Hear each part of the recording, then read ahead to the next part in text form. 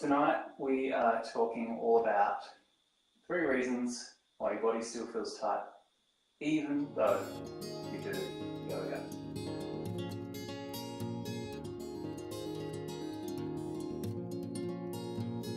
Why is that?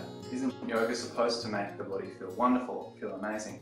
And first of all, I'll just say that I'm not a yoga teacher. Yoga's not my area of speciality. However, through my work over the years, I've worked with a lot of people who practice yoga and teach yoga, and I have noticed that it doesn't always suit everyone's bodies as it's presented in today's modern world.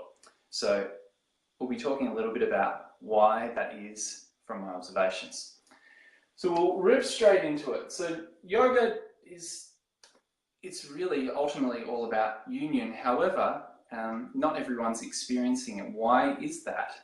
And so I ask these questions: what's happening beneath the surface in a yoga practice that actually is causing people harm, not that kind of inner peace that maybe they're striving for?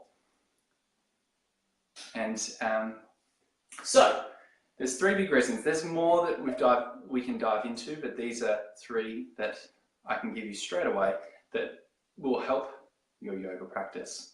So the first reason that I've found is lack of tissue control.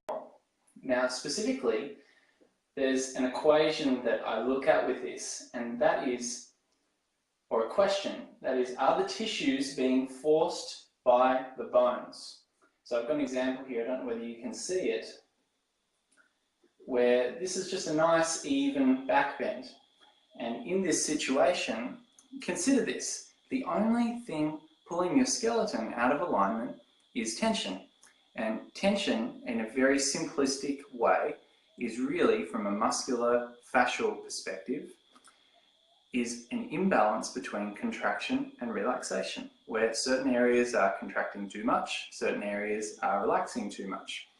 So in order to put the body into better positions for yoga, we need to balance that equation. Now, often what happens, let's say we look at a movement like the back bend, where maybe the yoga teacher demonstrates it, or you saw it on the internet or something like that, and go, you read about its benefits and all of that sort of thing, and then go, I'm going to do a back bend because it's good for my spine and all that sort of thing. Yet the tissue, the bones aren't being allowed by the tissue. We haven't yet, for that particular position, got into a situation where there's balance between contraction and relaxation. Maybe there's some things happening unconsciously that you're not in control of. So then you go to do that back bend, and maybe part of your body bends well and it's in balance with that contraction relaxation situation, and other parts are doing all the lion's share of work, and then maybe you experience the lower back really kind of going ah, or the thoracic or the shoulders, all of that sort of stuff. So you might continue to try over and over and over again. However, what's happening is the tissue is being forced into certain positions by having our intent to move the bones. So what we need to start to do is have the bones allowed by the tissue. Having the bones allowed by the tissue.